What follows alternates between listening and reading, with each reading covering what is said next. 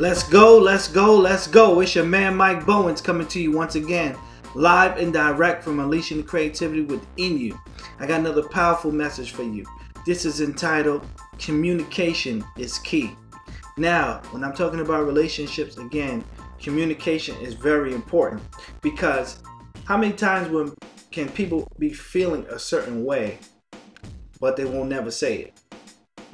You think your spouse is a mind reader? You think that because they didn't wash the dishes, that right now they're supposed to know that you're upset about it? Or something could have transpired in the house that in the midst of a communication, and you may be upset about it, but your spouse don't even know that you're upset about it. Here's the thing, right? If you can't talk to the person that you're married to, who can you talk to?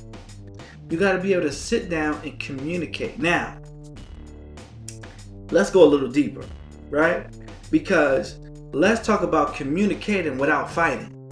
Because some people only know how to communicate if they scream and yell. Some people don't know how to communicate if they're the only ones talking, right?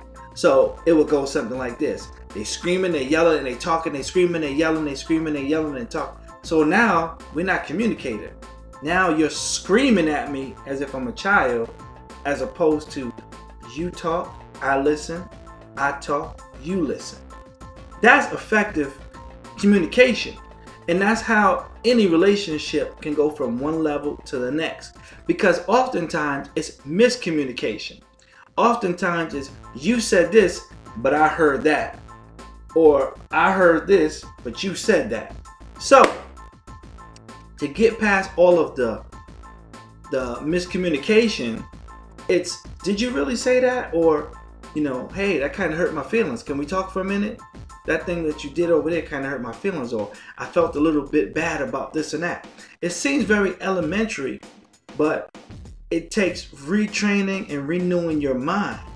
If you don't renew your mind, right, to the principles of God's word, then it's going to be hard for you to implement this. Because guess what? Especially if you grew up in a dysfunctional household like many of us have,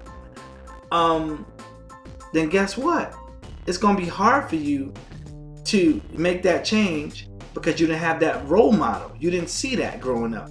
You don't know what it's like, right? And unless you're getting coaches or you're going to classes, or you're going to a great church where the minister is teaching these things, then it's going to be hard for you in your relationship, and you're going to struggle with anger and frustration and the lack of the ability to communicate effectively to help your spouse, right, understand exactly what you're feeling, or understanding your goals, your dreams, your desires, your hopes, your wants, your needs, right? This is all part of communication. And also, right, being an effective listener. It's not always about talking. Sometimes you can just listen to what a person is saying, and then you can figure out exactly what you should do. But if you're talking and they talking, how you gonna make any progress? Because somebody got to be quiet and listen to what the other person is saying, so that you can get some understanding, so that you can move forward, right? And that's what we all want: progress.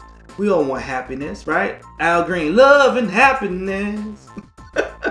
I can't sing word for lick, but I just had to get that out, right? And so communication is the key, right? How we communicate with each other is going to determine whether you're moving forward as a couple, or you're staying stagnant, or you're moving backwards, right? Maybe you want a house and right now you're renting somewhere, or maybe you have a house but you have a big house and you want to downsize, or you want to upsize, whatever.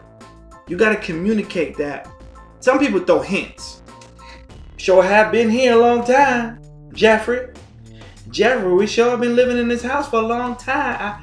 I'm kind of wondering, maybe we should move. He's not understanding that you're saying, honey, I would like to think about or communicate or talk about purchasing a new home.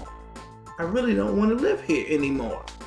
But if you don't communicate that effectively, he won't understand.